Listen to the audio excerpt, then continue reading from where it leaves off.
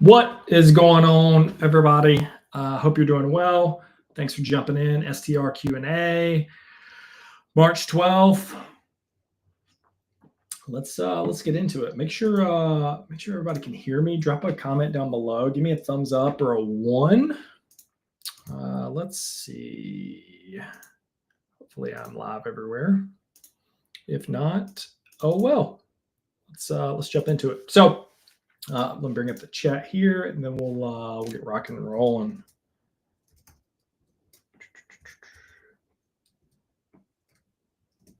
Oh gosh. There we go. All right. Today we are talking about pricing your Airbnb, something I am super passionate about, and I think I'm fairly good at it. 1, pricing. 2, how to get more 5-star reviews. Everybody loves 5-star reviews, and I'm going to show you 2 easy ways to increase your likelihood of 5-star reviews.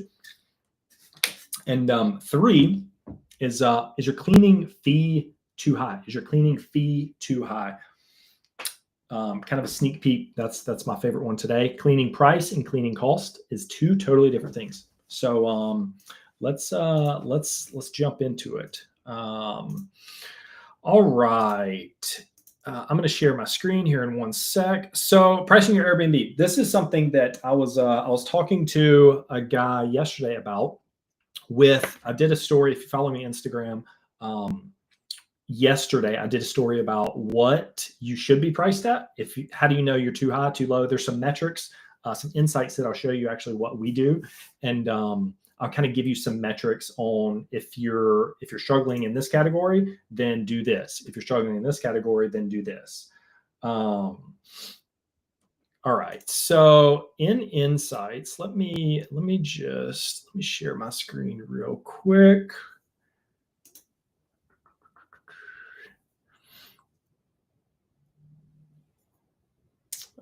Where are we? All right, share screen. And,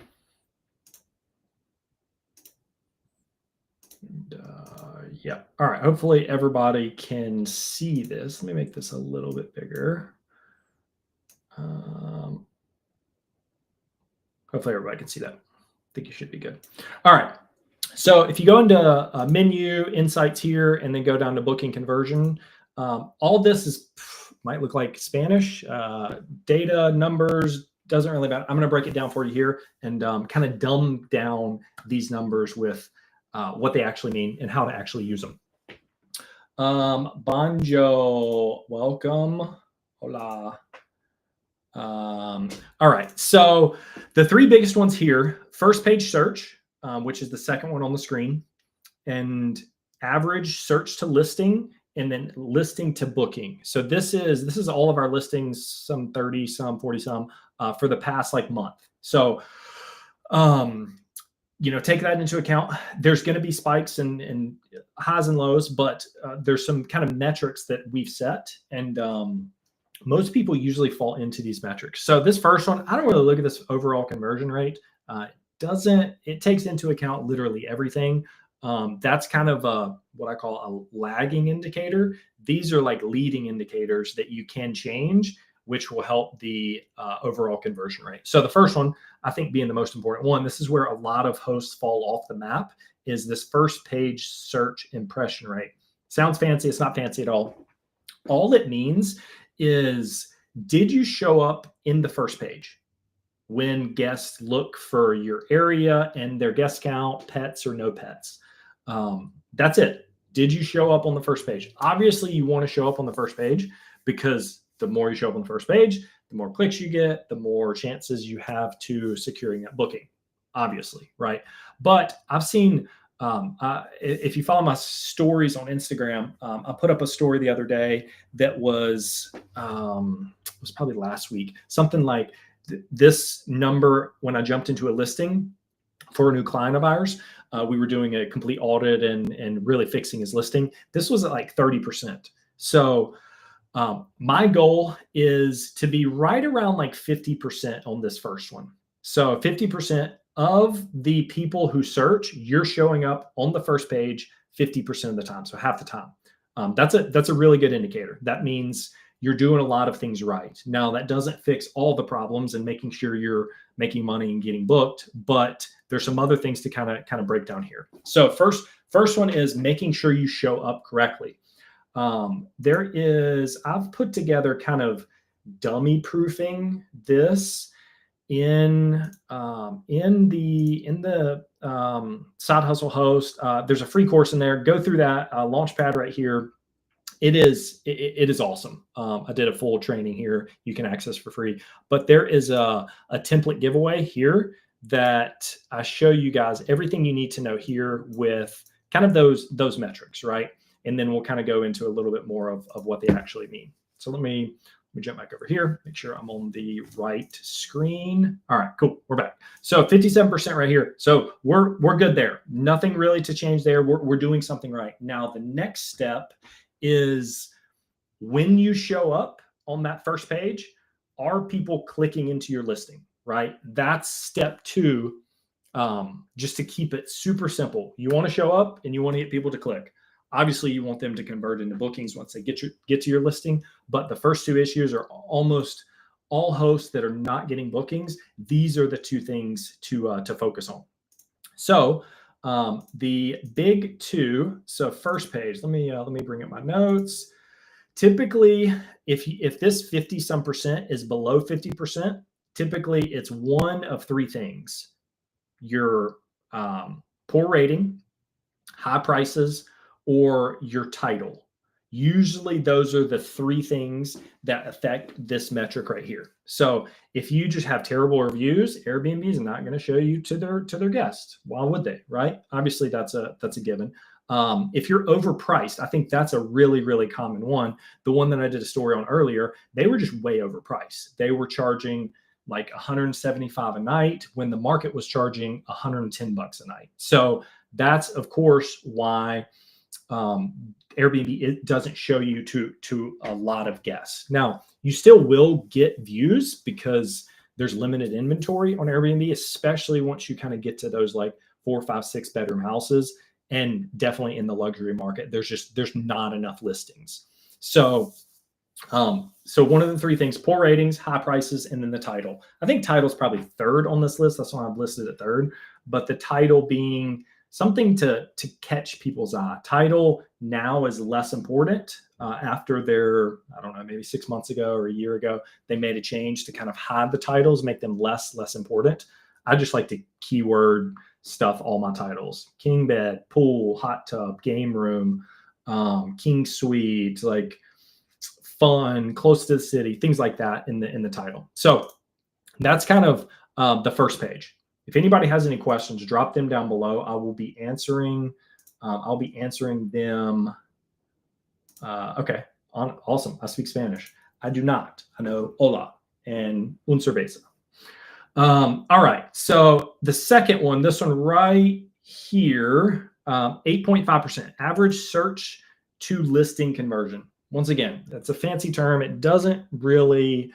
The easiest way to think about that is when you jump into that search, like let's say you hit that first page or second page or wherever you're at, are people clicking into your listing, right? That's the second part of this. So showing up and then people clicking into your listing. The biggest things that you want to look at here, so a metric that I like is anywhere from like 7-8% all the way up to like some of our super high performing properties that have a sick photo and high conversion rates are at like 12, 13, 14%. I actually made a mistake yesterday. There was a story that I did. I wanted to be at 20%. It was actually 10%. So that was my fault. If you saw that, I screwed up. But this one, so this is all of our listings. We're 8.5%, 9%. So of, let's say 100 views, 100 guests look at our listing and we show up, we're almost at 60% on that first page, which is great. But once we kind of get to here, this is where I like to see that number a little bit higher. I'll show you why I'm not too worried about this one, because once we get into this one, I'll kind of explain that. But the search to listing is typically one of 4 things. So the guest sees you in the listing page, but how many people actually click that listing? So the main one is your hero photo. That is the most important photo that you have. Hero photo, the first one. It's got to be like a drone shot, just as sick. I love the twilight, overlooking the pool and the hot tub, like those kind of eye-catching photos. Those are the ones that really get people to click on your listing. It's not too late for coffee, right? All right. So I like to be at anywhere from like 7, 8, 9 to upwards of 15%. Some of the higher end listings. But let's see. Hero photo going to be the big one there that drives that number up and up and up. Once again, this changes. Actually, this is a good metric right here. So this is one property. This is a Rank Breeze Chrome plugin. These top 4 numbers are all of our listings and for an entire month. But you can actually see this right here. So this is one listing. This is one of our higher performing listings. But month over month, I mean, November, this was at 10%. December, 6.7%. January, really high, 9%. February, which is a very historic slow month, we were getting clicked a ton here, and we were obviously converting a ton. So 3 of every 100 people converting into a booking, which is great. This metric is usually anywhere from 1 to 2%. 2%, you're crushing it and you're doing everything well. But this specific listing, I mean, March, we're doing very well. So you can't look at each one in a microscope, taking into account all the metrics. And whenever we jump into a new listing and we're trying to figure out what to work on and why it's not hitting our metrics or whatever, this is usually the first step of what we're looking at. So the search to listing, so hero photo, reviews as well. Obviously, if what I said earlier, low reviews typically means low booking. The price per night and total. So this is a big driver here, because once you get on that list page, you can toggle on the total price. So if you are, let's say you're at $300 a night and all the competition is at 100, typically, unless somebody's looking for like a higher end luxury spot, typically they're going to click on the $100 a night listing versus the $300 a night. Now, caveat is if somebody's looking for that high end stay and you have all these amenities, obviously you can charge there. So price per night, and then obviously the headline as well. So the title. And then the last one, this listing to booking conversion, is 1 to 2% here. The biggest 3 things there that I've seen make that number go up and down is price, photos, listing description, and house rules. So typically it's when people get on your listing, what are they seeing? That's you've shown up in first page. You've got somebody to click on the listing. Now, how many of those are actually converting into bookings? So everything on your listing is into account there. If you have a ton of house rules, guests might not like that. So they might go over to another listing. Price, photos, typically past photo 1, that's 2 through 50 or however many you have. That's where those kind of come into play. Cleaning price. This is a really good one, which is actually my point number 3 is your cleaning fee price too high? Like if you're getting, say, if you're priced at $120 a night for your cleaning fee and everybody else is at $80, chances are somebody's going to book that $80 just to save on that fee versus the $120. And then cancellation policy. That's another big one that really drives conversion. If you have a super flexible cancellation policy, typically you'll get more bookings. But also, if people are booking just on the fact that you have a loose cancellation policy, you're going to get more cancellations down the road, which could potentially screw up your calendar. So, all right. Hopefully that wasn't too much info. Let me jump back over here and make sure there is no other questions. Okay, listing and booking. All right.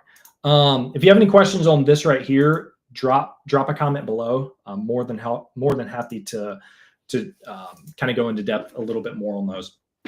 But question number 2 is how to get more 5-star reviews. So this is obviously a very common one, but it really matters. I think there's 2 easy things that any host can do right now, and to drive more 5-star reviews. I think the easiest one is just asking for the review. Like, hey, would you guys give us a 5-star review? It helps our business out tremendously. Like, would you guys be a gym and give us a 5-star review? I just gave you a 5-star review. Would love for you to return the favor for me. Typically, that just immediately just asking for it, asking for the sale, really. That'll immediately get you more reviews. And we automate a lot of this. It's not like you have to, manually call every guest and do all that. Like, we're after checkout, 2-3 o'clock, we're manually saying, hey, how was your stay? Just gave you a 5-star review. Would you mind giving me in return? Another very popular one is we offer, so not us, our cleaners offer a cleanliness guarantee. So what that means is, sounds fancy, guests love it, to be honest with you, but it's essentially like, hey, if you find something at the property, let's say we missed a hair at the bottom corner of this bedroom, like, we're human. We have a cleanliness guarantee. The first 24 hours, if you notice anything, we'll send our cleaners back out free of charge. It's no hassle to you. We'll schedule within your timeline. And when things get missed, because at enough properties, you are going to miss things. And it just gives the guests that really peace of mind of your care, you're taking care of them, and really helps drive up 5-star reviews. We have specifically got 5-star reviews specifically mentioning cleanliness guarantee. So that is a very easy one. Obviously, make sure your cleaners can offer this. If you have like a small cleaner, maybe they won't jump out to the property. But if you have a bigger group, then they probably have cleaners and inspectors and things like that. So every now and then we'll have to send our internal inspectors or area manager to go check out a problem. But cleanliness guarantee, and then actually asking for the review. Jonathan, appreciate you jumping on, man. Thank you for the fire flames. If you have any questions, let me know. We'll jump over to number 3. Once again, if you guys are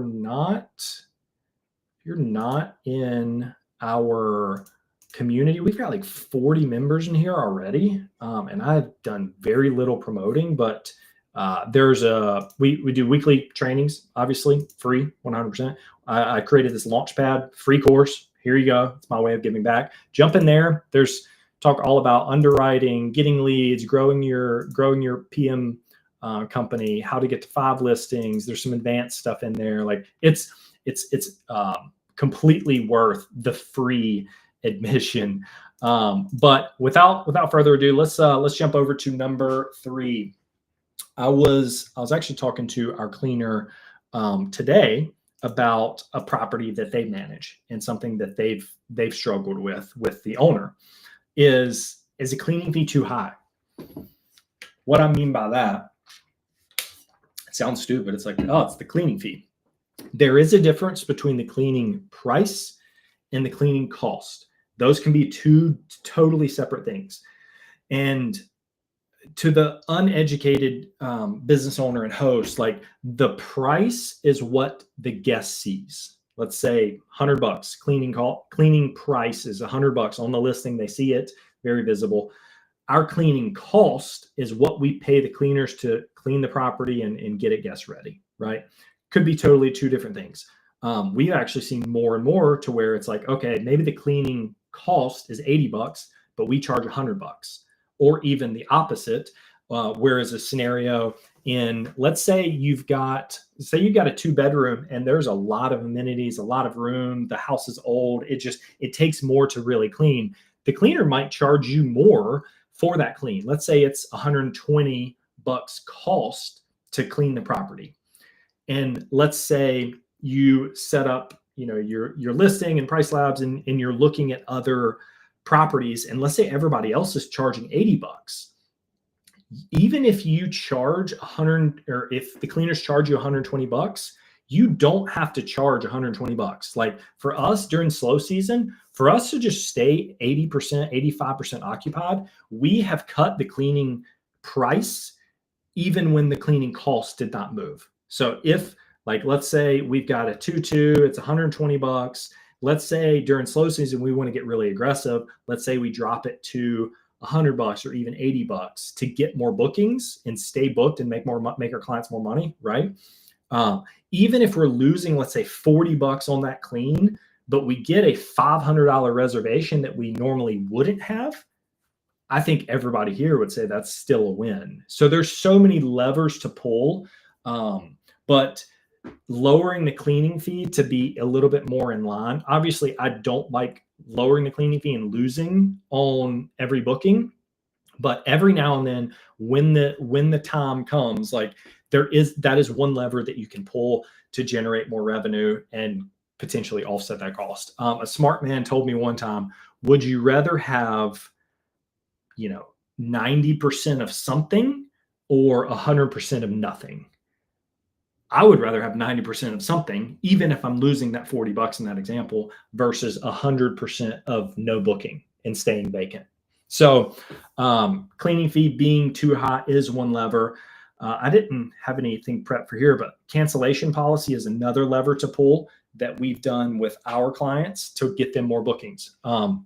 Actually recently I made a post on this in one of our in our school community, in our free program, that there was a property that we took over doing their revenue management and listing optimization. They hadn't had a booking for 6 months. We jumped in there, made some changes, made some tweaks, set up their pricing. I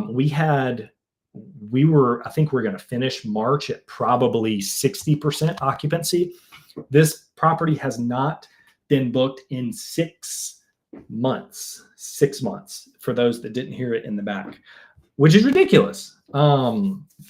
But we were able to, lower their cleaning fee. We found out their cleaning fee was way overpriced. And it turns out they were making a profit on the cleaning fee, but they just didn't know that was what was causing people to go book somewhere else. So this is in a specific beach market, vacation market during off season.